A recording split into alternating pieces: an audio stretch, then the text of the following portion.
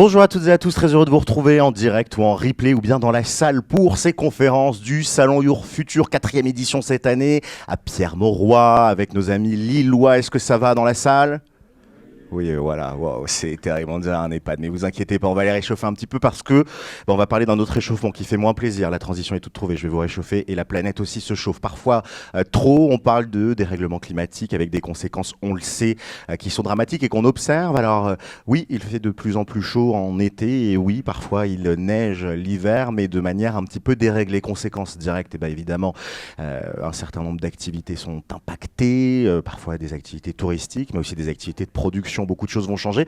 On a même des villes qui vont disparaître dans quelques années, sans doute. On parle de Los Angeles, non, qui sera sous l'eau d'ici 20-30 ans. On ne pourra plus se baigner. Enfin, si, on se baignera peut-être un peu trop. Alors, comment conjuguer ces envies d'emploi avec ces enjeux climatiques ? Comment avoir un impact et avoir du sens dans les activités professionnelles que l'on a ? C'est à toutes ces questions et bien d'autres encore que l'on va répondre avec nos deux intervenants. Marie Bétremieux, bonjour. Bonjour, bonjour à tous. Vous représentez ici The Shifter. Vous allez nous présenter dans quelques instants. The Shifters, est-ce qu'il faut prononcer le S ? Oui. Ok, The Shifters. Et puis nous sommes également avec Laurent Descalonnes. Bonjour. Bonjour. De The Shifter aussi, conférencier certifié, animateur Hauts-de-France. Je commence avec vous, Marie, en quelques mots. Vous pouvez nous présenter The Shifters. Qu'est-ce que vous y faites ? Alors, c'est une association qui va avoir 10 ans cette année. Loi 1901, l'objectif des shifters, c'était de faire connaître les travaux du Shift Project. Alors, je ne sais pas si vous connaissez le Shift Project. Certains oui, d'autres non. Le Shift Project, c'est une association aussi qui a été créée par Jean-Marc Jancovici, mais qui est uniquement financée par des organisations, des entreprises. Et les citoyens lambda pouvaient pas, on va dire, cotiser au Shift Project. Et du coup, l'idée, ça a été de se dire, on a envie de participer, on a envie de faire connaître ces travaux-là. Et du coup, on va créer une association un peu amie à côté. Et donc, c'est comme ça que sont nés les Shifters, avec une dizaine de personnes en 2014. Et on est maintenant plus de 25 000 adhérents. Voilà. Quelles sont les différentes activités que vous proposez, notamment pour les jeunes ? Alors, au niveau des shifters, notre but est de pouvoir faire de la sensibilisation. Le Shift Project, du coup, absorbe des rapports et produit des rapports pour pouvoir mieux comprendre un petit peu les enjeux, le rapport entre l'économie et notre consommation d'énergie. Et nous, en tant que shifter, on est là pour pouvoir vulgariser un petit peu tout ça, parce que les rapports sont quand même plutôt assez techniques. Et l'idée est de pouvoir apporter un niveau de connaissance qui soit plutôt assez basique, dans le sens où qu'il puisse être absorbé un peu par tout le monde. Et donc, nous venons dans les lycées, nous venons dans les associations, nous venons sur les salons, justement pour pouvoir aborder un peu ces questions-là, pour pouvoir débunker, rappeler aussi certaines choses. Le réchauffement climatique, comme tu l'as dit, Guillaume, on en entend beaucoup parler. Néanmoins, c'est pas pour autant qu'on a facilement accès aux informations, qu'on les intègre bien. Si je demande aux gens, tiens, mais pour vous, c'est quoi un gaz à effet de serre ? C'est pas toujours facile de pouvoir répondre, alors que finalement, ça reste des notions un petit peu de base. Alors justement, sur cette question de réchauffement climatique, comment, je suis alarmiste, moi j'aime bien dire que tout va s'effondrer d'ici quelques années, mais comment on peut décrire de manière assez simple la situation ? À quoi il faut s'attendre dans les années à venir ? À de la nouveauté. Déjà, c'est effectivement, on sait qu'il y a quelque chose qui est en train de changer. On parle pas de crise climatique dans le sens où il y a un début, un milieu, une fin, mais on est bien sur un dérèglement. C'est bien qu'il y a quelque chose qui va partir, qui part dans une direction sur laquelle on ne sait pas exactement la forme précise. On sait que globalement, il va faire de plus en plus chaud et que ça va avoir des conséquences qui sont pas chouettes. Et on a eu plein d'exemples, malheureusement, ces derniers mois en France, mais aussi ailleurs dans le monde. On sait qu'on va dans cette direction-là. Après, l'idée n'est non pas d'avoir un discours alarmiste, d'avoir un discours réaliste, en disant tiens, voilà, on sait qu'il va y avoir des impacts, et l'idée est de pouvoir comprendre ces impacts-là, pouvoir anticiper. Et si on est dans un monde qui change, ça veut dire que nous-mêmes, pour pouvoir être résilients et pouvoir s'adapter, c'est qu'il va falloir transformer, changer certains modes de consommation, certains comportements, et l'idée de pouvoir accompagner les publics que l'on rencontre un peu sur ces questions-là. Dire tiens, voilà, finalement, je suis parti, mes parents ont vécu dans un monde d'abondance sur lequel on ne se posait pas de questions sur quand est-ce que je prenais ma voiture, sur ce que je voulais manger, ou quand est-ce que je voulais prendre mon avion, etc., ou sur les quantités de vêtements que je pouvais acheter sur l'année. Et là, on sait ces comportements-là ont un impact néfaste sur la planète, donc vient la question un petit peu d'une forme de sobriété. Donc c'est une thématique qui reste assez importante pour nous. Marie, moi j'ai travaillé cet été sur une chaîne d'information en continu où on parlait beaucoup de la canicule et donc on essayait d'avoir des experts qui nous racontaient justement ces genres de dérèglements climatiques et beaucoup de gens sur les réseaux sociaux disaient on est au mois d'août, c'est normal qu'il fasse chaud, les journalistes sont vraiment tous des cons, ils racontent n'importe quoi et en plus ils vont venir un expert du climat pour raconter vraiment n'importe quoi. Qu'est-ce qu'on répond à ces gens-là qui disent oui les étés il fait chaud, les canicules on en a depuis des années, faut pas s'inquiéter tout ça c'est pour nous endormir. Alors, c'est vrai qu'on subit des canicules, mais ce qu'il faut savoir, c'est qu'avec le réchauffement climatique ou le dérèglement climatique, on a des phénomènes météo qui s'intensifient, en fait, et on remarque que depuis la grosse canicule qu'on avait vécue en 2003, alors je pense que les jeunes parmi nous ne l'ont pas vécue et sont nés après, mais depuis ce temps-là, en fait, la température moyenne de chaque année a battu des records. Et donc, on arrive à avoir les dernières années où la température moyenne était tout le temps supérieure aux années précédentes. Donc, ça, c'est un phénomène. J'ai envie d'insister aussi sur quelque chose, c'est qu'on est en région Hauts-de-France et il faut savoir que la région Hauts-de-France est la région la plus vulnérable en termes de construction humaine face au changement climatique. C'est contrairement à ce qu'on pense, souvent on imagine que c'est plutôt les régions méditerranéennes qui seront les premières touchées. Eh ben non, au niveau des constructions humaines, ici on est en région Hauts-de-France, on a un sol argileux et du coup on est très impacté par les retraits gonflements argileux sur nos structures, sur nos infrastructures. Et ça c'est un gros problème pour la région.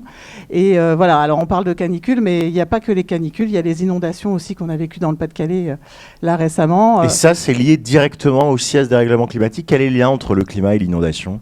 Alors, en fait, c'est aussi lié à l'aménagement. C'est-à-dire que depuis les années 80, 90, voire même 70, on a construit un peu à tout va sur des zones qui étaient avant des zones humides, des marais. Et du coup, le jour où l'eau a besoin de reprendre sa place, elle prend sa place. Et s'il y a des constructions à cet endroit-là, malheureusement, pour les habitants, ça veut dire inondation et perte de leurs biens. Donc, à la fois, le changement climatique accentue cet effet-là. Et puis, on a aussi une part de responsabilité dans la manière dont on a aménagé le territoire. Oui, et si je peux me permettre, du coup, ce qui est important, c'est que même s'il fait plus chaud, en fait, paradoxalement, la pluviométrie, donc la quantité d'eau qui pleut sur l'année ne change pas beaucoup. Par contre, la répartition, elle change. En fait, il pleut de façon beaucoup plus concentrée. Et donc, en fait, on va avoir et c'est ce qu'on observe, il y a des grandes périodes où, en fait, il pleut pas du tout. Puis au moment où il pleut, bam, là tout tombe, et c'est là aussi, c'est à cause de ça qu'on a plus d'inondations. Par rapport à la question où tu disais, tiens, ben voilà, qu'est-ce qu'on répond un peu à ces gens-là ? Moi, il y a un petit chiffre alors un petit peu approximatif, mais qu'il faut garder à l'esprit, c'est que cette année, on a eu 50 anomalies de chaleur, de fraîcheur, cette année. Donc il y a 50 fois où il a fait plus froid que ce qui aurait dû être prévu, et il y en a eu 3000 où il a fait plus chaud que prévu. Donc effectivement, on est 60 fois plus d'anomalies de température élevée plutôt que de température plus basse. Un autre chiffre qui est utilisé, vraiment, je prends la parole des boomers, mais c'est un chiffre qui m'avait marqué, pareil, dans une interview, c'est qu'il y en a qui disent oui, mais à l'échelle de la France, en fait, agir, ça sert à rien, puisque si demain, la France décide de stopper toutes ses émissions de gaz à effet de serre à l'échelle mondiale, ça n'a un impact que sur 1%, une réduction que d'1%. Qu'est-ce qu'on dit à ces gens-là qui finalement disent il faut continuer comme avant, de toute façon, ça pollue plus à côté de chez nous que chez nous ? Oui, alors c'est vrai, il faudra agir à tous les niveaux. Mais si nous on commence pas, personne ne va commencer. Et il y a, en fait, dans ce discours, il y a deux choses, c'est-à-dire que des fois on confond émissions nationales et empreinte nationale. Alors quand on parle d'émissions nationales, c'est toutes les émissions de CO2 qu'on va produire par nos activités sur le sol national, et on enlève de ça tout ce qui part pour l'exportation. Mais quand on parle d'empreinte, là, on va parler aussi de nos modes de consommation. Et quand on parle empreinte carbone nationale, là, on va prendre en compte toutes les importations aussi, donc tout ce qui est produit à l'étranger, mais qui sert en France pour notre consommation individuelle. Et du coup, là, on voit quand même qu'il y a une différence. Alors, si je parle à l'échelle individuelle, en empreinte carbone moyenne française, on est à 10 tonnes pouvez retenir ce chiffre-là, 10 tonnes par personne et par an. Si on regarde en termes d'émissions nationales, on est à 7 tonnes à peu près. Donc il y a quand même un delta de 3 tonnes. Alors effectivement, on peut se dire, bah oui, mais ces 3 tonnes, elles sont produites ailleurs, sauf qu'elles sont produites par rapport à nos modes de vie, parce qu'on a ces besoins de consommation. Donc en fait, il y a besoin d'agir à tous les niveaux, et il ne faut pas regarder uniquement l'empreinte nationale qui malheureusement, enfin les émissions nationales qui malheureusement ne sont pas très significatives par rapport à nos modes de vie. Et ce qui est important aussi à garder à l'esprit, c'est que là, on peut tous être acteurs. Là, ici, Marie a parlé des 10 tonnes à l'année. On peut le rediviser un peu par jour et ça fait à peu près 25 kilos. Il faut bien comprendre qu'en fait, dans nos modes de vie, ce matin, on a émis. On a émis parce qu'on a ouvert un paquet de biscuits qui était fait avec du plastique, avec du pétrole, parce qu'on est venu en voiture, parce qu'on a pris un bus, parce qu'on a acheté des vêtements, parce qu'on a mis des vêtements qu'on a achetés, qui ont été construits, qui ont été teints. Toutes ces petites choses-là font qu'on émet. Donc l'idée n'est pas du tout d'avoir un discours alarmiste, j'assiste dessus parce que tu as parlé d'éco-anxiété et c'est un sujet qui moi me touche beaucoup. Et l'idée c'est pas que les gens repartent en disant tiens mais voilà effectivement on peut rien faire. Non, on peut faire beaucoup de choses et la première étape à faire est bien de comprendre où est-ce qu'on en est et comment je peux agir et surtout où est-ce qu'on en est. Donc c'est de comprendre les mécanismes, de pouvoir repérer effectivement dans notre quotidien tiens mais qu'est-ce qui est émetteur et puis de voir comment je peux trouver des petites stratégies qui finalement sont pas si compliquées que ça. On parle du vrac ou du zéro déchet par exemple, c'est des choses qui sont pas très compliquées. Je prends un exemple à la con, hein. Je vais chercher mon pain, soit je prends un sachet plastique fourni par la boulangerie, soit je prends mon sac à pain. Mon sac à pain, il est chez moi, je le relève quand il est sale et c'est tout. Là-bas, sinon je prends la boulangerie, je prends un sac plastique à chaque fois que je rentre chez moi, je le jette. C'est des petits changements, évidemment ça ne change pas complètement notre empreinte, mais il y a plein de petits gestes qui sont à notre portée et qui finalement ont juste du sens. Et alors, quel lien on peut faire entre ces enjeux climatiques et son emploi? Puisqu'on est ici dans un salon d'orientation de recrutement, on va chercher sa future école, sa future entreprise. Comment conjuguer ces enjeux environnementaux avec sa propre recherche professionnelle? Alors, j'ai envie de dire, quel que soit l'emploi qu'on aura, on pourra agir. Parce qu'on parle souvent d'emploi vert, mais j'aime pas trop ce terme-là. Moi, je trouve que il faut se dire, quelle que soit l'entreprise dans laquelle vous serez, il y aura besoin d'agir. Parce qu'on devra tous agir à tous les niveaux. Que ce soit en sensibilisant ses collègues, que ce soit en ayant une action directe, parce qu'on a les moyens d'avoir une action directe.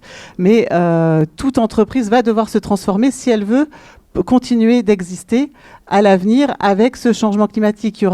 Il y aura deux choses à faire. C'est à la fois s'adapter à ce changement climatique qui risque d'impacter certaines productions, certains modes de faire. Et puis en même temps, il va falloir atténuer, c'est-à-dire faire en sorte que l'entreprise ait le moins d'impact possible à l'avenir par ses émissions de CO2. Donc voilà, je pense que n'importe quel emploi va pouvoir donner du sens là-dessus et il faut se dire qu'on a tous des moyens d'agir à notre échelle. Et sur une formation spécialisée dans ces questions, est-ce que c'est une bonne idée de se spécialiser dans ces questions-là ? Ah ben, c'est sûr que si on a envie de se spécialiser dans ces questions-là, il y aura besoin aussi de spécialistes sur toutes ces questions d'adaptation. Alors moi, je suis dans la territoriale. Alors souvent, ça parle pas trop aux jeunes, mais je travaille pour les collectivités territoriales que sont les régions, les départements, les communautés de communes et tout ça. Donc, nous, on est face aux politiques qui donnent des grandes orientations. Et à l'heure actuelle, il y a des grosses questions sur l'aménagement du territoire. Parce qu'on a dédié l'aménagement du territoire depuis une quarantaine d'années à la voiture. Là, on se dit que c'est plus ce qu'il faut faire, mais c'est compliqué de changer. C'est compliqué de se dire maintenant, il faudrait tourner plus vers le vélo, vers les transports en commun. Donc, il y a des gros projets d'aménagement. Il y a aussi une volonté de ne plus artificialiser les sols, justement pour ces questions d'inondation, de retrait, gonflement argileux, etc. Et puis aussi de biodiversité. Il y a un véritable enjeu de biodiversité, de préserver aussi les zones agricoles. Tout ça, c'est des enjeux, c'est des choses où on va avoir besoin de spécialistes. Et y compris dans les entreprises privées, il y aura besoin de spécialistes pour analyser ce qui émet le plus dans l'activité, pour voir trouver les solutions qui sont les meilleures pour l'entreprise, pour son avenir, et aussi pour ne pas être dans la maladaptation. qui est aussi, des fois, on se dit, on va faire cette solution, elle paraît magnifique, et en fait, des fois, elle peut avoir des impacts négatifs. Donc là aussi, j'allais dire, il y a énormément de questions à se poser, et je pense qu'il n'y a pas de solution miracle. Mais par contre, il y a intérêt à se mettre tous ensemble autour de la table, à discuter, réfléchir, et c'est le meilleur moyen pour y arriver. Et ce qui est important, c'est qu'il y a cet aspect technique où, comme on l'a dit, le monde change. Donc ça veut dire qu'il faut que je comprenne ce changement-là, il faut que je comprenne les systèmes déjà existants, et puis que je vois comment je peux accompagner ce changement-là. Mais il y a aussi, en fait, tout le quotidien, même au sein des entreprises. Alors moi, je travaille dans le domaine du social, mais je suis issu du monde de la psycho, et j'anime un atelier d'estime de soi pour les personnes en recherche d'emploi. Donc finalement, qui n'a rien à voir avec ça. Néanmoins, je m'applique à pouvoir faire exister la thématique au sein de ma structure. On a quand même aussi des possibilités de pouvoir prendre un petit peu moins sa voiture, d'avoir d'autres réflexes de consommation, d'avoir d'autres réflexes d'utilisation des locaux et de pouvoir continuer à faire de la sensibilisation aussi dans les structures, même qui ne sont pas spécifiquement dédiées à ça.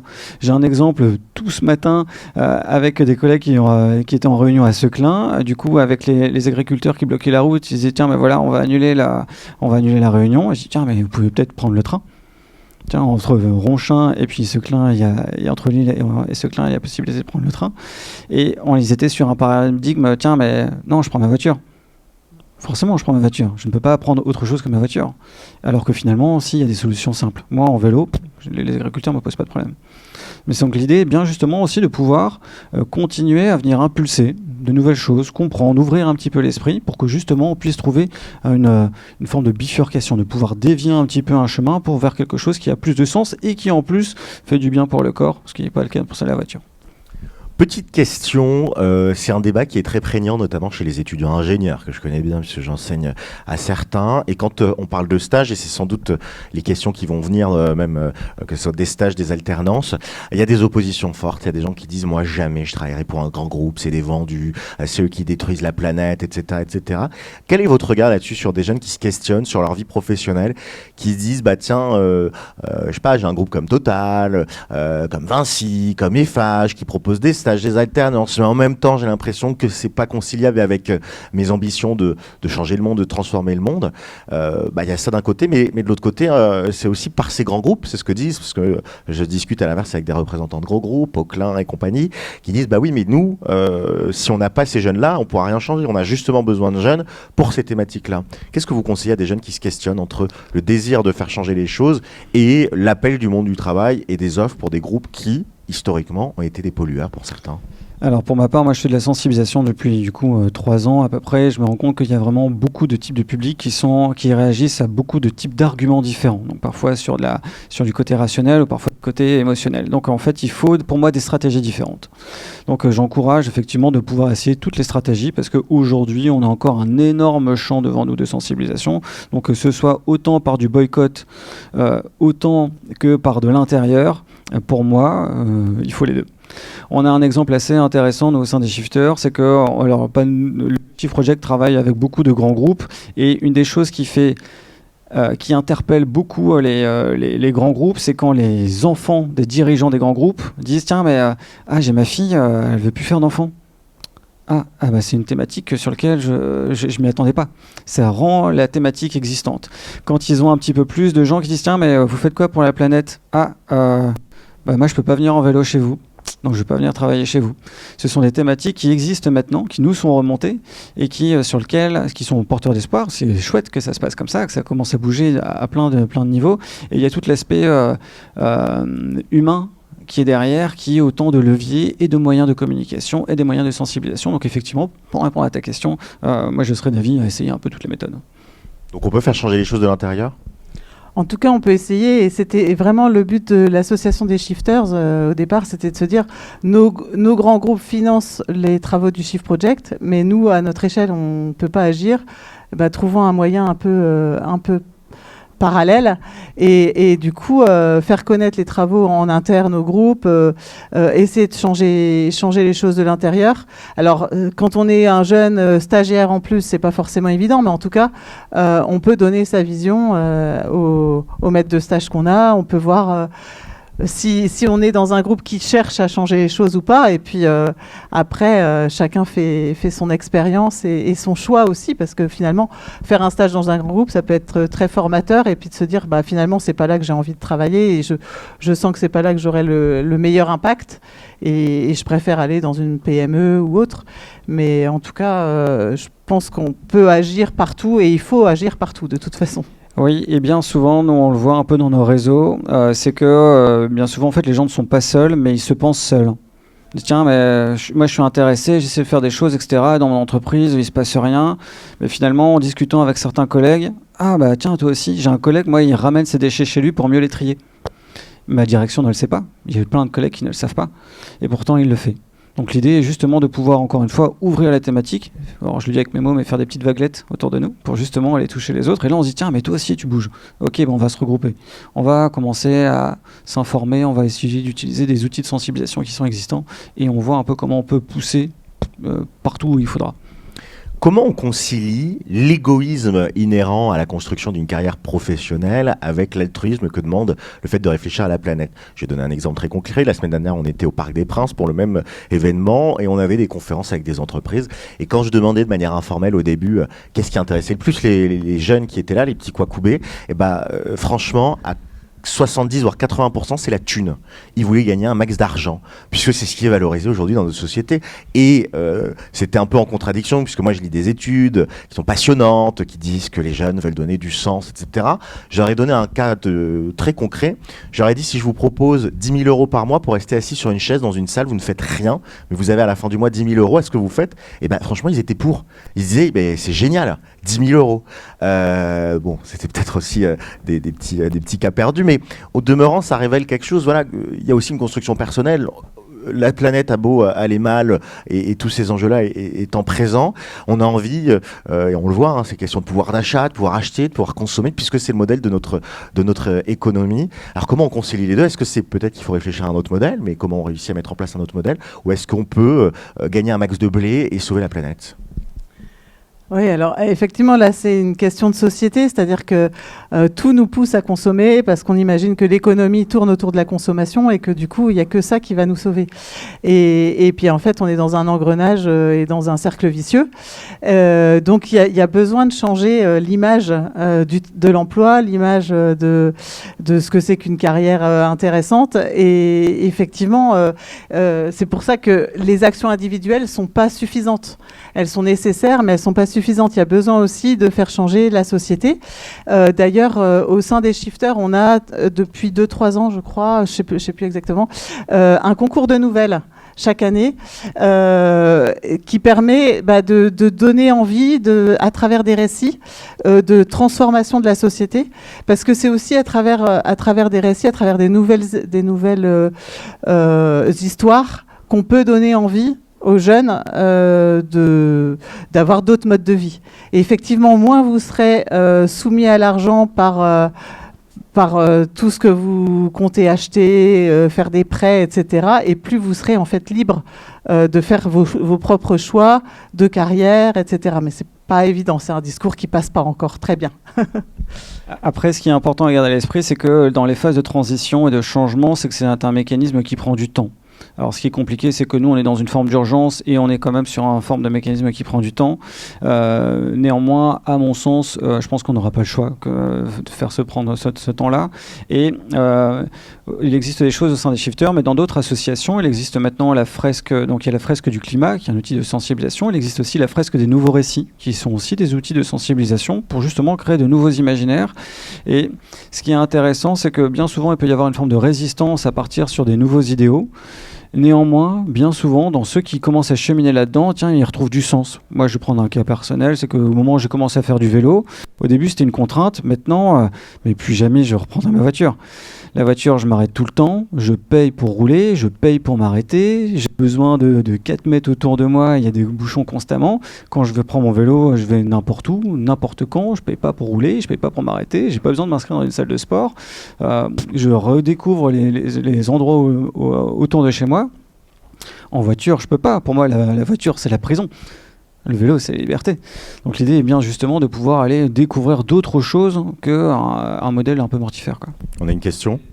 C'est bien, mais vous êtes en ville. Pour ceux qui sont à la campagne, vous leur préconisez quoi finalement? Bien sûr. Alors effectivement. Le vélo électrique, Alors, le vélo électrique. ça, on peut faire beaucoup de kilomètres. Ouais. Vélo électrique, oui, mais encore faut-il que les routes soient pas encombrées de camions qui roulent à 80, ce qui est mon cas puisque j'habite à la campagne et effectivement, c'est moins simple. Mais alors, la question que tu poses est importante parce qu'effectivement, on est sur des typologies différentes, donc les règles ne vont pas s'appliquer à tous de la même façon et c'est une réalité, on ne va pas essayer de le faire. Néanmoins, il y a des choses qui... Alors, au sein des shifters, il existe des rapports justement par secteur aussi sur la résilience des territoires, justement parce qu'une campagne ne va pas s'adapter de la même façon qu'une métropole, qu'une ville, qu'une montagne, que les bassins océaniques, enfin les villes aux alentours des mers, etc. L'idée est bien de pouvoir trouver des solutions locales avec des possibilités locales. Donc effectivement, il n'y a aucune stratégie qu'on va pouvoir dérouler partout, et c'est pour ça aussi que les mécanismes sont lents, parce qu'on se dit tiens, mais ça ne marche pas partout, donc c'est une mauvaise méthode. Non, c'est pas ça. C'est pas parce que ça ne marche pas partout, c'est pas une mauvaise méthode. L'idée, c'est que vous puissiez, vous, en tant que citoyen, trouver une méthode à vous, qui puisse vous dire, bah, tiens, voilà, comment je peux faire légèrement différent pour commencer et voir s'il n'y a pas des bénéfices. Finalement, je prends l'exemple du vélo encore une fois. Tiens, mais voilà, je prends soin de moi. On a une obésité qui augmente énormément en France. Quand je fais plus de vélo, ça vient pallier un petit peu ça. Merci. Est-ce qu'on a d'autres questions dans la salle? C'est le moment de poser des questions sur ces enjeux-là. Qui pense que le sens qu'on donne à sa profession est plus important que l'argent qu'on touche? Levez la main. Le sens par rapport à l'argent. Qui pense que l'argent reste quand même le nerf de la guerre dans le travail qu'on aura plus tard? Vous avez le droit. Ok. Très intéressant. Comment ils s'engagent? Comment on peut s'engager? Là, on a plein de gens qui sont présents aujourd'hui. C'est des thématiques qui nous font réfléchir. Qu'est-ce qu'on peut faire concrètement, là, dès demain, pour commencer à travailler sur tous ces enjeux-là? Alors du coup, les postes émissifs chez les Français moyens, c'est du coup l'alimentation, les transports. C'est les deux gros volets. Donc sur l'alimentation, ça va être de partir sur une alimentation moins carbonée. Tout ce qui va être émissif, ça va principalement être tout ce qui va être viande rouge, ruminant. Globalement, pour avoir un ordre de grandeur, pour le même budget carbone, ça veut dire tout ce qui va être émissif. Vous pouvez soit prendre une portion de viande rouge de ruminant et rien sur votre semaine, soit vous pouvez manger 7 fois du poulet et rien dans votre semaine, soit vous mangez 14 repas végétariens équilibrés. En proportion, c'est ça. On est du 1 à 7 et 14. Donc globalement, quand vous mangez une quantité de viande rouge, il faut bien comprendre tout l'impact de ça. Et c'est toute la question de la sensibilisation, de pouvoir informer les gens là-dessus. Pour eux, ils mangent un bout de viande. C'est tout. De toute façon, il est disponible au supermarché. Donc ça peut faire partie des premières choses. Qu'est-ce qu'on peut faire d'autre concrètement? On peut aussi... découvrir, s'intéresser au sujet, essayer de se former à ces questions. Maintenant, avec les réseaux sociaux, YouTube, etc., il y a plein d'infos, plein de podcasts, plein de chaînes sur le sujet. Vous pouvez trouver celle qui vous convient le mieux, parce que plus vous serez alerté sur ce sujet-là, plus vous écouterez des interviews, etc., plus vous serez à même aussi de réfléchir, d'avoir envie de bouger, d'avoir envie de vous mettre en action, que ce soit à travers, par exemple, découvrir ce que c'est que la fresque du climat si vous ne connaissez pas, devenir animateur, sensibiliser autour de vous, parce qu'à chaque fois, c'est des échanges super riches que vous pouvez avoir avec d'autres, vous confronter vos points de vue, et c'est comme ça qu'on avance, c'est comme ça qu'on y arrivera de toute façon. Et ce qui est important dans ce que vient de dire Marie aussi, c'est surtout si à un moment vous sentez que cette thématique vous titille, vous touche, ne restez pas tout seul. Ne restez pas tout seul, il y a plein d'associations, il y a plein de gens qui sont moteurs, qui sont acteurs, et ça fait du bien de pouvoir... moi je suis dans ma famille, ils sont pas du tout branchés là-dessus. Alors ça commence un peu à changer, mais mon papa était plutôt climato-sceptique, et donc c'était plutôt assez désagréable de faire exister la thématique, quoi. Globalement, j'avais aucun soutien. J'étais content d'arriver dans une association en disant « Ah mais je rencontre quelqu'un qui a le même centre d'intérêt que moi, qui sait ce que je sais. » En plus, on travaille dans le même secteur d'activité. On a un shifter qui est médecin et t'es tout content de rencontrer un autre shifter qui est médecin. Et rien que ça fait du bien. Franchement, ça fait une grosse différence. Et quand on est en groupe, quand on accède à des outils, on peut sensibiliser. Et c'est beaucoup plus facile d'avoir une anxiété et de pouvoir faire de la sensibilisation où je me sens acteur, où je sais que mon impact, là ici, enfin, moi je suis là, hein. Moi je travaille dans le social. Il y a 3 ans, je faisais pas de sensibilisation, des plateaux un peu comme ça. C'est nouveau pour moi. Ça me fait énormément de bien de pouvoir me lever ce matin et dire, tiens, mais ouais, aujourd'hui, je vais essayer de changer le monde auprès des gens que je vais rencontrer. Merci à tous les deux, on peut les applaudir très fort. Merci beaucoup d'être venus nous parler de tout ça. Merci. On parlait juste avant la recherche de stage dans le marketing. C'était où? C'était devant, rappelle-nous ton prénom. Paul. Je t'ai ramené l'expert. Aurélien. Alors dis-nous tout, Aurélien, sur ces stages en marketing. Quelles offres au Salon Your Future? Eh bien écoute, j'espère que tu es prêt à noter, puisqu'on va avoir une petite liste qui va défiler, à savoir Transdev, donc une société dans le domaine du transport que tu peux retrouver directement au niveau des entreprises. On va avoir la société Marvesting, la société Brico Dépôt, la société Manpower, Castorama, le groupe Cofidis. Attention, il y en a encore, j'espère que tu continues de noter. BNP Paribas, Decathlon, voilà, donc toute une liste d'entreprises qui peuvent te recruter en stage, en alternance de plus de 2 mois si j'ai bien suivi, et c'est juste après. Donc tu peux le suivre maintenant. C'est maintenant ou jamais. Il va te faire passer en priorité. C'est maintenant qu'on trouve le stage.